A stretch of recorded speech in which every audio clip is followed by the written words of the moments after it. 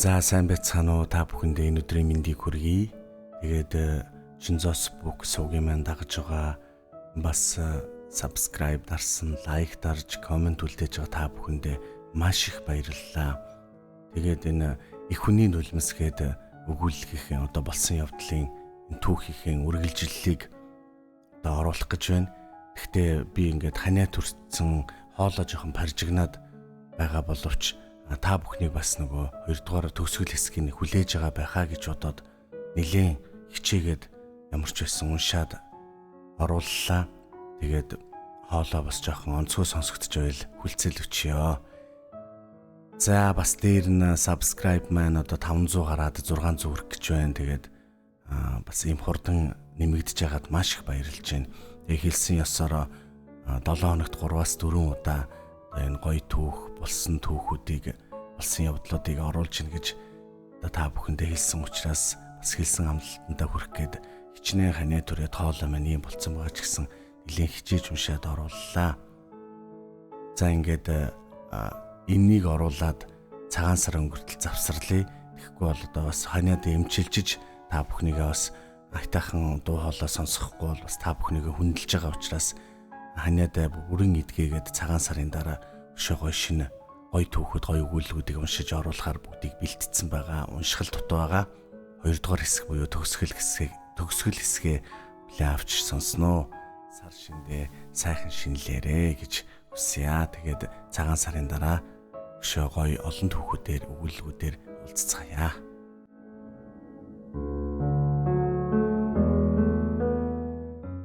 Өвдөлт айдас цочрол зэрэгцэн амар мэдрэмж одоо ч бодоход зүрх салгалдаг.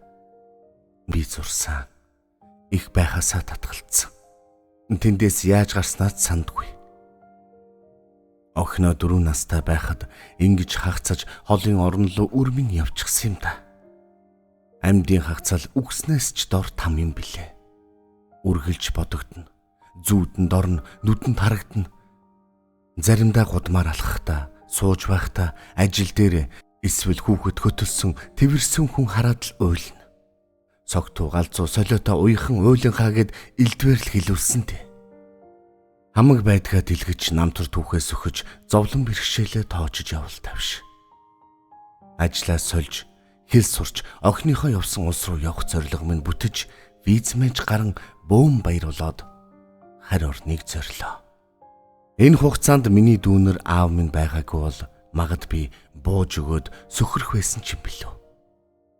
Бурхан надад хүний дээд түшиг аав ховор сайхан дүүнэрийг минь заяасан билээ. Харийн орон дээрээд хичээл ном ажил гэж гүйж завсар зайгаар нь элчин сайдын яамаас судлаад охиноо бас харчих уулзчих санаатай байлаа. Намайг ирснийг мэдсэн нөхөр оюутны визтэй байж ажил хийсэн гэж цагдаад барьж өгснөөр би ажлын байран дээрээ баригдаж нутаг руугаа ажигт баах хүргэе. Тэр хүртэл төвчээд тэмцээд давж гараад байсан бол тэр зэгт хүрээд гүлийчгсэн тамирцсан сэтгэлийн хүч минь дуусчихсан. Зүгээр л хөлөөжигээд уйлаад суучмаар тийм нэг цулцсан мэдрэмжтэй хүн. Унтаж амархаач байлаа. Хэдэн өдөр таач ширтэн хонь тоолж нүдэн аниж хөвцснийг магад байдаг бол бурхан жөтгөр хоёр л мэдэх байх. Сэтгэлдээ уйлахаас биш нүднээс нулимс гарахаа болсон. Эрэгтэй хүнтэй ойртож дотносох нь бөөхөл бит хуруу хүрэхэд ар цайхаа зүгтаачдаг эмхтэй л болчихсон. Удаан шаналж нойргүй явснаар мэдрэлийн ядаргаанд орж захын мэдрэлийн судасны зочрол гэдэг онштой ам мөрөж нүүрний нэг тал татчихав. Улмаар ухаан алдаж унснаар таталт өгч эмнэлэгт очиод сэргсэн боловч ярьж чадахгүй гөлийсэн суугаа хүн болж сэтгцийн эрүүл мэндийн үндэсний төвд очисон түүхтэй. Ар гэр арчилгаа сувилгаа сайнны ачаар эмчилгээ сайн хийлгэж хэвийн байдалд орж энгийн тасгийн өвчтөн боллоо. Бурхан надад хань явуулахдаа тэнд учруулсан гэвэл итгэхүү. Сэтгцийн эмнэлэгт байгаа бүсгүйг хараад сэтгэл алдардаг хүн байдаг юм аа. Цагдаагийн офицер мөрдөгч залуу ажиллаар очихдоо намайг олж хараад анхны харцаар дурлчихсан гэсэн. Хайрын бурхан тэрүүгээр тэнж явсан юм байлгүй. Хайрын бурхан таньда хязгааргүй их баярлаж явдаг шүү. Анх хараад эргэлтээр яваа хүн юм болов харцсан нэрвэлэл байна да гэж бодсон гэсэн. Дахиад хармаар санагдаад яагаад тэнд байгааг нь мэдмээр санагдаад сониуч зан хөдлөөд чам дээр очсон гэж өөрөө ярьдаг юм. Ийм сайхан охин яагаад энд байгаа юм бол гэж бодсоор байгаад чамайг дахин хараад зүрх амар хүчтэй зохилсон гэдэг. Дүүнэр бэр хүргэд маань маш их сэтгэл гаргаж намайг босгож, эрүүл болгож, эргүүлж амьдрал гих том хүлэгт суулгасан юм. Үеийн үед буйнан дэлгэрч, үр ачт нь буйнан хүртэж явг. Сайхан ханийн тэнгэр заяасан дүүнэр минь жаргаж явах учиртай. Тэвэрж үсгсэн охин дүүм нь бүхнээс илүү надад хайртай. Хэдэн шөнө бүүвэлж, угжиж, хуурайлж өсгсөн ачийг минь хариулсан юм. Ингээд байнгын эргэлт нэгээр нэмэгдлээ. Юун дурлах, эр хүн хараад айгаад орон доогуур ортлоо цочирсон хүн шүү дээ би чинь. Эмнэлгээс гарсны дараа гэрт минь эргэж ирдэг болсон юм. Аав эрэгтэй дүү хоёртой минь төөрөлдөд төрсөн үршигэн дотно. Энэ хүн миний амьдралд орж ирсэн үеэс эхэлж сэтгцийн эмгэн минь эларших суурин тавигдсан гэж хэлж болно. Наадамд өгсөн налайсан зуны нэг орой аав бид хоёр зурагтаар Солонгосын олон ангид үзээд шүүмжлэн ярилцаж суутал хаалганы хонх дугарлаа.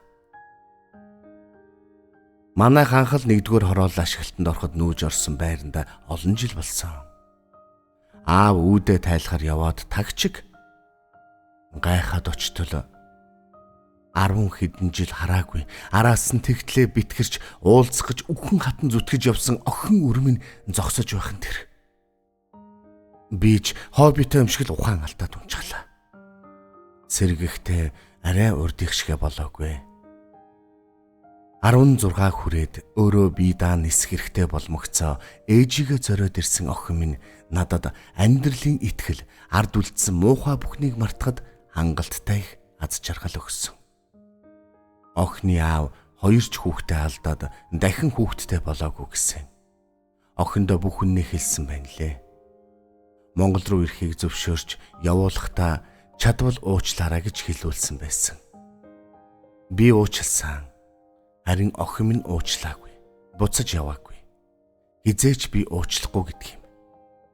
Харин аав нь 40 хэдэн наснда тал харваж эцэг гэхээ цовуулж алдсан үед охиноо очоод иргэж явуулсан.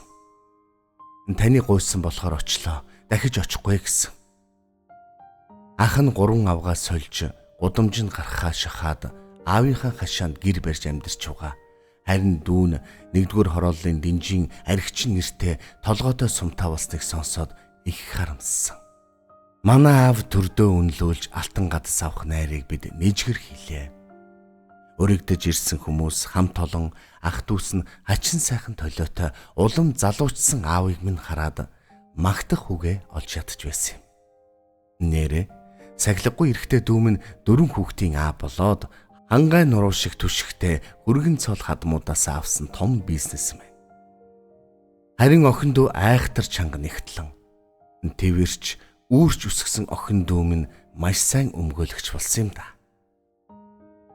Би сайн хантай учирч охин хүү төрүүлж өгөөд одоо жаргад суун. Энэ бол миний туулсан амьдралын минь үнэн.